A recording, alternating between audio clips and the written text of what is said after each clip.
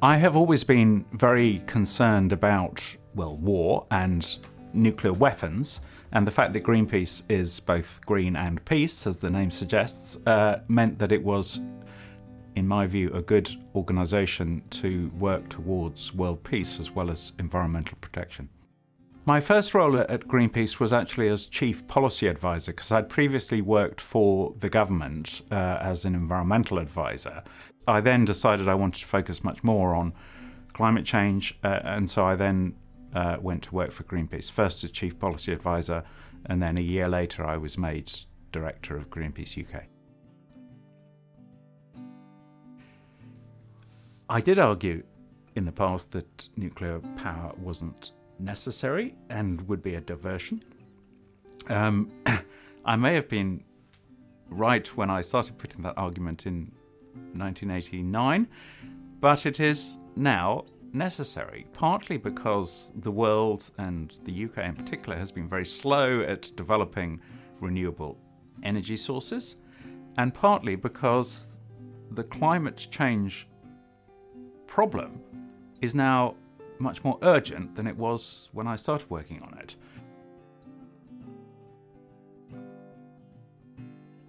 One of the arguments put against nuclear in the UK was that it'll crowd out renewables, that you won't be able to do nuclear and renewables.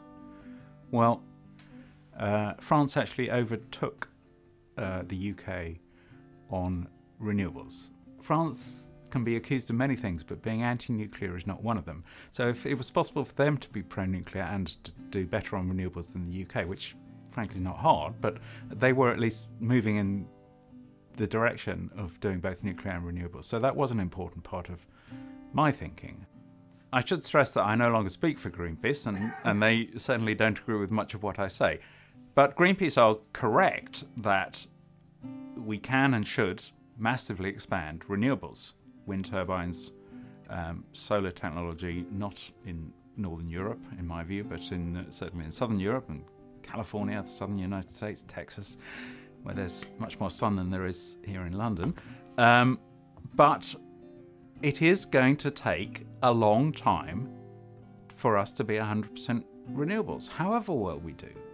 The thing that environmental groups, and I've been guilty of this in the past as much as anyone, the question that they fail to answer is, what do we do in the interim?